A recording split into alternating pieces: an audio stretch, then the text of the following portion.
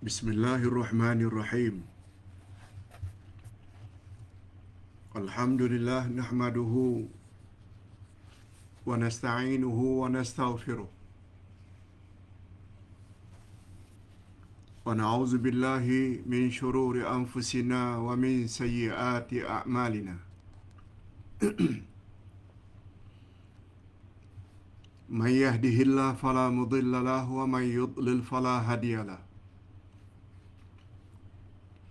Asyhadu an la ilaha illallah wahdahu la syarika lah wa asyhadu anna Muhammadan abduhu wa rasuluh la nabiyya ba'dah. Allahumma salli wa sallim ala nabiyyina Muhammad wa ala alihi wa sahbihi ajma'in, amma ba'd. Hadirin dan hadirat serta para pemirsa yang saya hormati. Assalamualaikum warahmatullahi wabarakatuh. Alhamdulillah, kita bersyukur kehadirat Allah Azza wa Jalla. Berkat taufiknya kita dapat sekali lagi menghadirkan diri dalam majlis ilmu pada pagi ini. Mudah-mudahan dengan pertambahan ilmu agama membuat kita menjadi baik,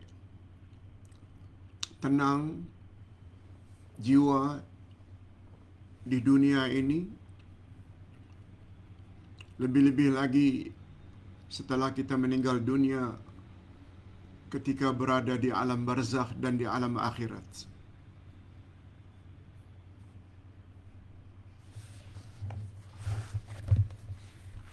Pelajaran kita pada pagi ini berdasarkan kitab Wasiatku untuk Ahli Keluargaku ketika hidupku dan setelah wafatku.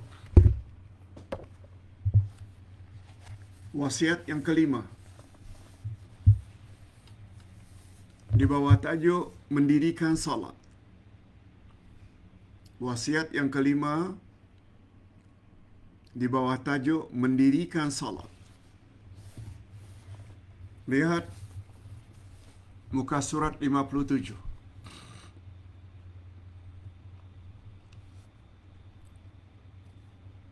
Hadirin dan hadirat serta para pemirsa yang saya hormati. Semua kita tahu bahawa salat adalah tiang agama.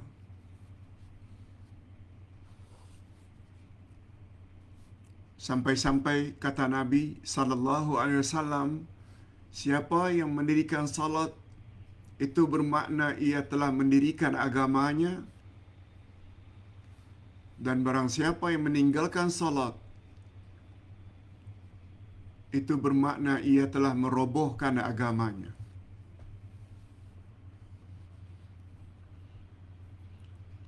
As-salatu imaduddin.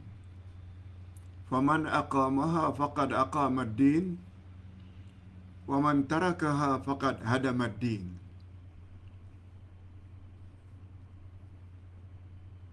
Salat tiang agama. Siapa yang mendirikan salat, dia mendirikan agamanya. Siapa yang meninggalkan salat, dia telah meroboh agamanya. Ibadah salat adalah ibadah yang paling penting, sehingga ibadat tersebut dijemput sendiri oleh Nabi Muhammad sallallahu alaihi wasallam ke langit melalui peristiwa Isra' dan Mi'raj. Semua kita tahu. Berbeza dengan ibadat-ibadat yang lain, puasa, zakat, haji, umrah dan lain-lain, semua diperintahkan oleh Allah dengan mengutus malaikat Jibril untuk menyampaikannya kepada Nabi Muhammad sallallahu alaihi wasallam. Berbeza dengan ibadah salat. Sampai-sampai baginda Rasul sallallahu alaihi wasallam bersabda, "Al-farqu bainal muslim wal kafir tarkus salah." Pembeza utama muslim dengan kafir bila meninggalkan salat. Apalagi ada riwayat, "Man taraka salata muta'ammidan faqad kafara jihara." Siapa meninggalkan salat dengan sengaja, maka kafirlah dia dengan nyata-nyata kafir. Kesemua dalil-dalil tersebut menunjukkan betapa pentingnya ibadah salat. Itu sebabnya orang-orang yang beriman, kalau ingin jadi orang yang berjaya, mereka mesti mendirikan salat. Ini sebagaimana Allah sebut pada awal surat Al-Mu'minun, ayat 1 dan 2. A'udzubillahi minasyaitonirrajim. Bismillahirrahmanirrahim. Qad aflahal mu'minun alladzina hum fi salatihim khashi'un. Sungguh menang orang-orang yang beriman, yang ciri-ciri pertamanya apabila mereka salat, mereka khusyuk. Itu syarat nomor 1 disebut oleh Allah dalam surat Al-Mu'minun, dan 7 syarat lagi itu disebut kemudian.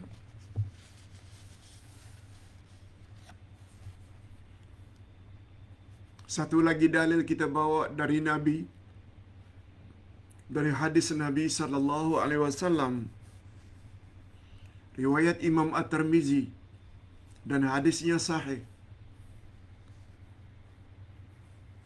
Apa kata Nabi?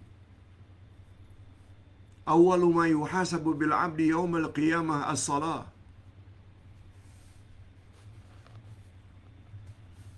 Fa in tuqbilat minhu salatun tuqbalu minhu sa'iru amali. Pertama-tama yang Allah akan tanya pada hari kiamat nanti kepada setiap hamba adalah tentang salatnya. Apabila salat yang diterima, maka amal-amal lainnya juga turut diterima. Allahu Akbar. Seolah-olah hadis ini memberi isyarat Allah terima semua amal-amal kita sangat tergantung, sangat tertakluk dengan penerimaan ibadah salat yang kita lakukan. Hadis riwayat Imam Tirmizi, dan hadis ini dinilai sahih oleh Syekh Nasaruddin Albani.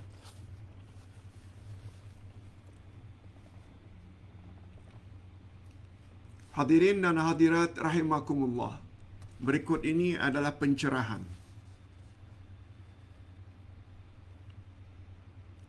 tentang dalil-dalil yang terdahulu.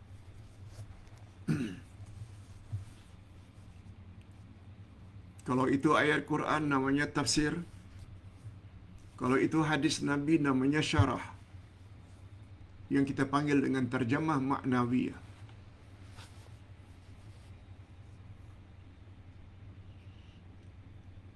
Salat adalah ibadah yang paling utama.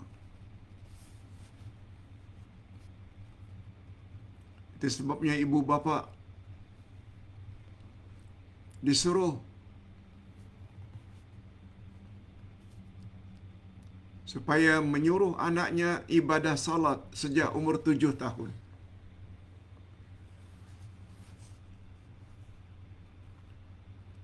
Dan apabila anak sudah umur 10 tahun masih lagi tidak salat, hendaklah anak tersebut dipukul dengan pukulan mendidik.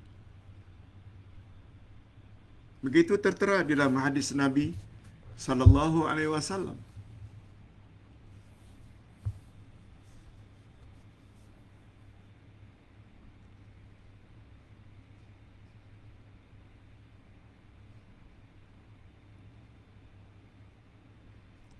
Anak-anak hendaklah disuruh salat ketika umur 7 tahun.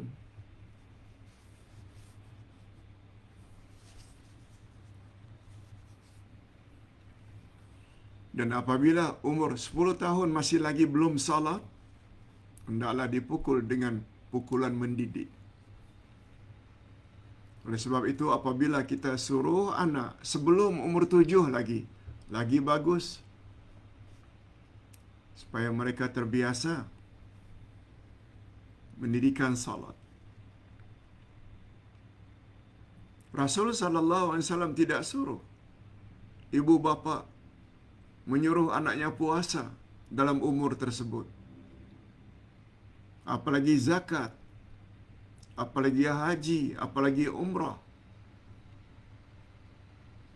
Tapi ibadah salat adalah ibadah yang pertama-tama. Ibu bapa agar menyuruh anaknya mendirikan ibadah salat. Apa sebab? Karena salat tiang agama.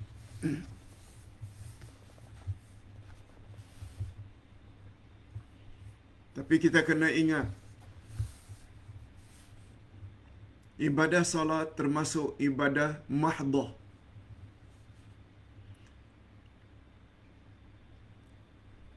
Ibadat terbagi dua, ada yang namanya ibadah ammah, ibadat umum. Apa saja perbuatan baik yang kita lakukan bernilai ibadat.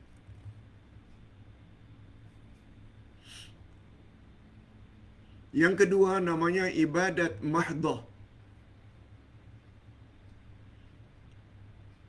yaitu ibadat khas, yaitu ibadat yang tata caranya mesti ikut Rasulullah sallallahu alaihi wasallam.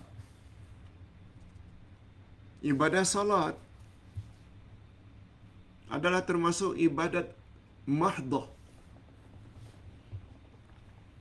Yang ibadah salat kita sama ada wajib atau sunat, tidak akan diterima kalau ibadah tersebut tidak dilakukan mengikuti panduan Nabi Muhammad sallallahu alaihi wasallam. Itu namanya ibadat mahdhah. Itu sebabnya sebelum ini kita telah sebut, bagi seorang muslim atau muslimat, ibadat mahdhah seperti salat, seperti puasa, seperti zakat, haji umrah, tawaf sa'i, semuanya itu adalah ibadat mahdhah yang kesemuanya itu tidak akan diterima oleh Allah kecuali jika ibadat-ibadat itu dilakukan ikut cara Rasulullah sallallahu alaihi wasallam.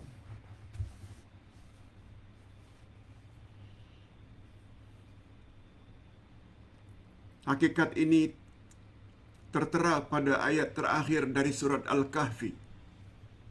Jika kita benar-benar mengharap pertemuan dengan Tuhan di akhirat nanti untuk menerima ganjaran terhadap perbuatan baik yang kita lakukan di dunia, kita mesti melakukan ibadat itu sebetul mungkin. Dan kita tidak boleh menyekutukan Allah.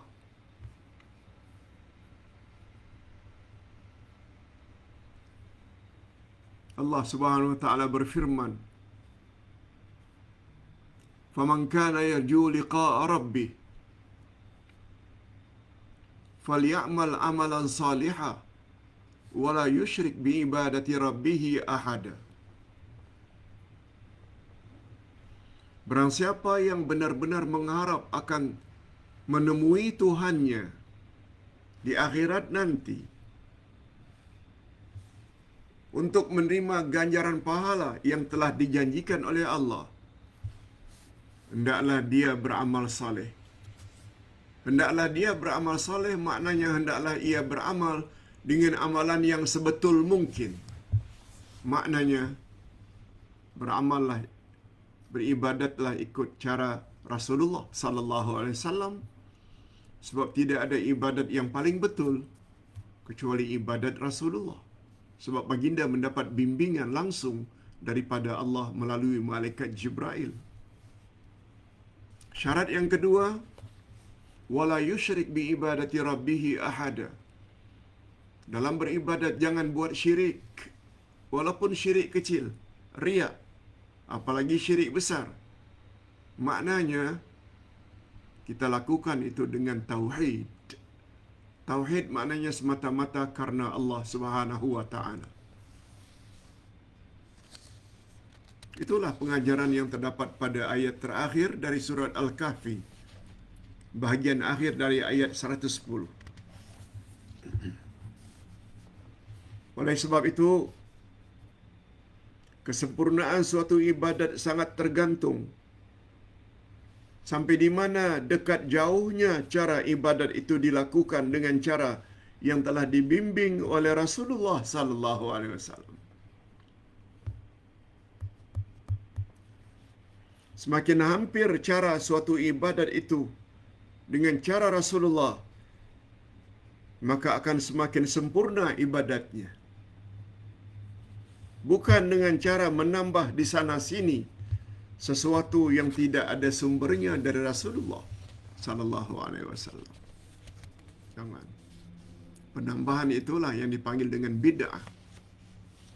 Kita dah jelaskan dengan panjang lebar pada minggu ini, beberapa hari yang lalu. Apalagi ketika bercakap tentang al-mutaba'ah. Syarat-syarat al-mutaba'ah. Ada yang kaitannya dengan tempat, ada kaitannya dengan timing, ada kaitannya dengan bilangan, ada kaitannya dengan masa atau zaman, ada kaitannya dengan kaifiat. Ada 6. Barulah al-ittiba' atau al-mutaba'ah itu sempurna. Jangan direka-reka. Saya sudah tulis dalam buku ini 12 panduan ibadat atau 12 pedoman ibadat. Hadirin dan hadirat rahimakumullah. Kita dibolehkan mengikuti pandangan seseorang ustaz. Boleh, tak salah. Kita juga boleh mengikuti pandangan kiai, tuan guru. Malahan sangat dianjurkan sebab mereka adalah golongan yang relatif lebih banyak ilmunya berbanding kita sebagai orang awam. Tak salah. Namun demikian, kita perlu berhati-hati dan waspada selalu. Jangan sampai kita dihinggapi oleh sifat fanatik atau mengikuti secara membuta tuli, taklid buta. Jangan. Sehingga sanggup menolak ketetapan yang datang dari hadis Nabi yang sahih. Kita diajar oleh tuan guru, oleh ustaz, sesuatu yang tidak ada sumbernya, tidak ada dalilnya dari Nabi. Malah yang datang dari Nabi itu bercanggah dengan apa yang diajar oleh ustaz kita, tuan guru kita. Hati-hati. Kita mesti utamakan yang datang dari Rasulullah sallallahu alaihi wasallam. Nah, di sinilah mustahak dan pentingnya kita belajar. Walaupun secara orang online, lebih baik belajar secara online seperti ini bila kita gunakan kitab. Dalam kitab pula disebut rujukan-rujukannya. Surah ini ayat yang kesekian. Hadis ini derajatnya hadis sahih. Baru timbul keyakinan.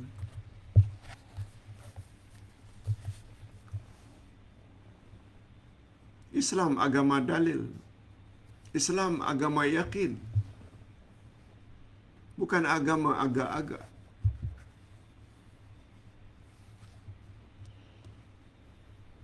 Itu sebabnya kata Abu Bakar radhiyallahu anhu,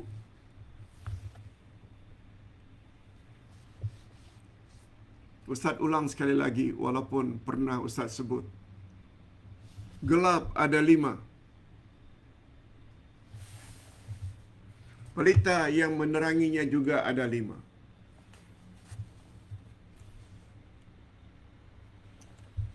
Az-zulumatu khamsun wa sujurulaha khamsun.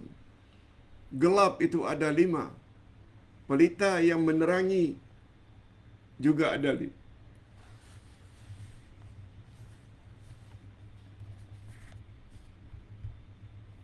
Hadirin dan hadirat, kita mau supaya terang bukan gelap. Dalam Quran bila disebut gelap itu memberi isyarat syirik, kesalahan,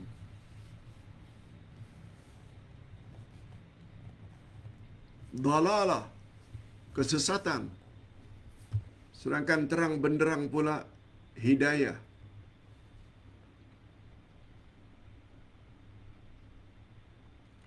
Itu terang.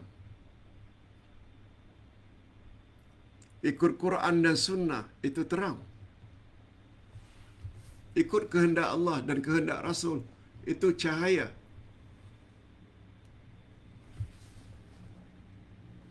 Itu sebabnya salah satu nama bagi Al-Quran, Al-Quran dipanggil An-Nur, cahaya. Itu sebabnya Nabi Muhammad sallallahu alaihi wasallam, salah satu nama beliau juga An-Nur. Hadis Nabi juga An-Nur.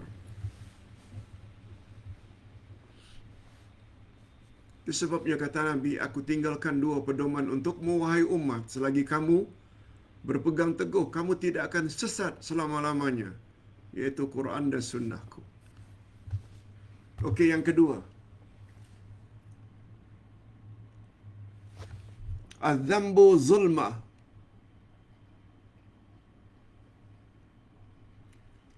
Wa siraju lahu at-taubah.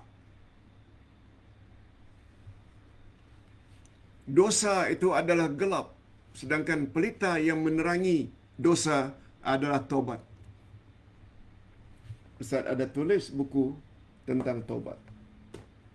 Semua kita tahu taubat nasuha.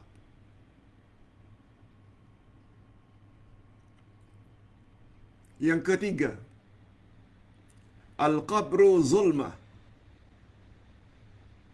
Kubur juga adalah gelap. Wa siraju lahu la ilaha illallah Muhammadur Rasulullah. Kubur adalah gelap. Pelita yang menerangi kubur adalah la ilaha illallah Muhammadur Rasulullah. Ia membawa makna kita beribadat mesti lillahi ta'ala karena Allah. Muhammad Rasulullah bermakna kita beribadat mesti ikut cara Nabi Muhammad sallallahu alaihi wasallam. Yang keempat, wal akhiratu zulmah. Akhirat juga adalah gelap. Tapi ada yang dapat menerangi akhirat. Wasirajulaha al-amalus salih. Dan pelita yang dapat menerangi akhirat adalah amal saleh. Semua kita tahu amal saleh baru namanya amal saleh bila amal itu dilakukan lillahi ta'ala, bila amal itu dilakukan ikut Nabi Muhammad sallallahu alaihi wasallam.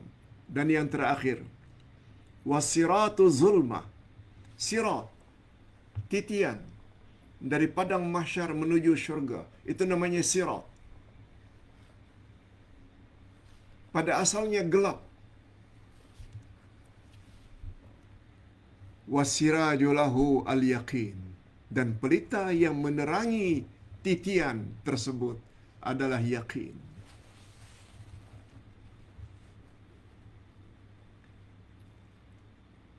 Yakin tidak boleh datang dengan sendirinya, secara tiba-tiba. Nah, Mesti tambah ilmu. Apalagi ilmu yang kita tambah itu lengkap pula dalilnya dari Quran dan Sunnah. Baru yakin. Ingat selalu kata-kata Abu Bakar As-Siddiq ini. Orang pertama dari 10 sahabat Nabi yang garanti masuk syurga. Allahu Akbar. Kita teruskan sedikit lagi.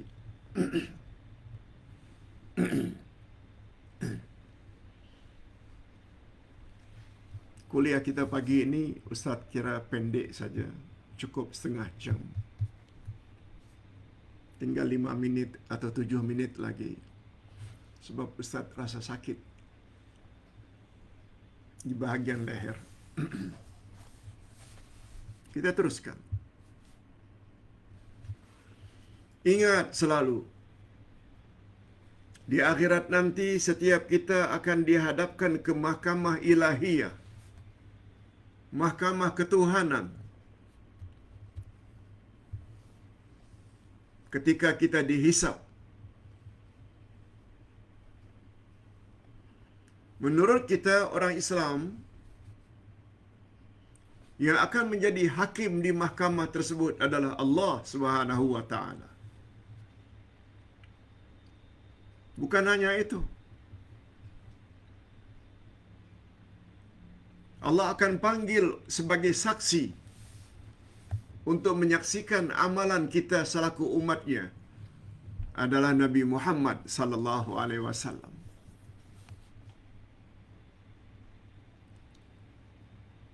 Pada penghujung surat At-Tin Allah berfirman, "Alaisallahu biahkamil hakimin?" Bukankah Allah adalah hakim yang paling adil? Tuh. Oleh sebab itu bila kita beramal, kita mesti beramal karena hakim, yakni Allah Subhanahu wa taala. Jangan buat syirik. Dan saksi yang akan dipanggil adalah nabi masing-masing. Umat Nabi Ibrahim dipanggil untuk jadi saksi. Umat Nabi Musa akan dipanggil. Umat akhir zaman yang akan dipanggil adalah Nabi Muhammad sallallahu alaihi wasallam. Dan kita boleh lihat pada ayat 143 surat Al-Baqarah. Wa yakuna ar-rasulu 'alaikum syahida.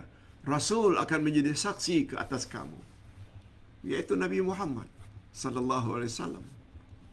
Yang ringkasnya, apabila hakim yakni Allah, saksi yaitu Nabi Muhammad memihak pada kita, betul kata Allah, dia beribadat karena aku. Betul kata Nabi, dia beribadat ikut cara aku.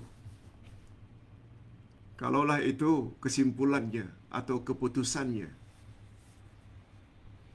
kita akan dimasukkan ke dalam syurga. Allahumma ja'alna minhum. Ya Allah, masukkanlah kami ke dalam golongan itu.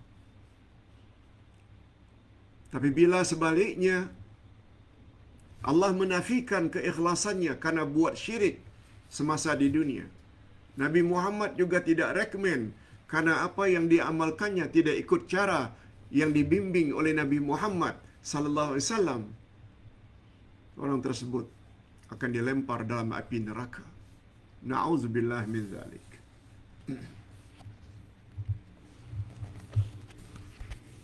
Ustaz kira cukup sampai di sini tentang wasiat yang kelima, yaitu mendirikan salat. Jangan tinggal salat. Walau kita dalam keadaan sakit, walaupun kita sedang uzur, sebagaimana yang Ustaz jelaskan semalam. Hukum terbagi dua, ada hukum azimah, ada hukum rukhsah. Hukum azimah maknanya hukum asal, ibadat begini, memang dijelaskan. Tapi kita kena ingat, ada namanya hukum rukhsah, iaitu hukum kelonggaran, hukum keringanan. Kedua-dua hukum itu perlu kita ketahui. Sebab Allah Subhanahu wa taala tidak suka menyusahkan umat manusia sebagaimana firman-Nya pada ayat yang terakhir dari surat Al-Baqarah. La yukallifullahu nafsan illa wus'aha. Allah tidak memberatkan manusia kecuali apa yang mereka termampu. Hadirin dan hadirat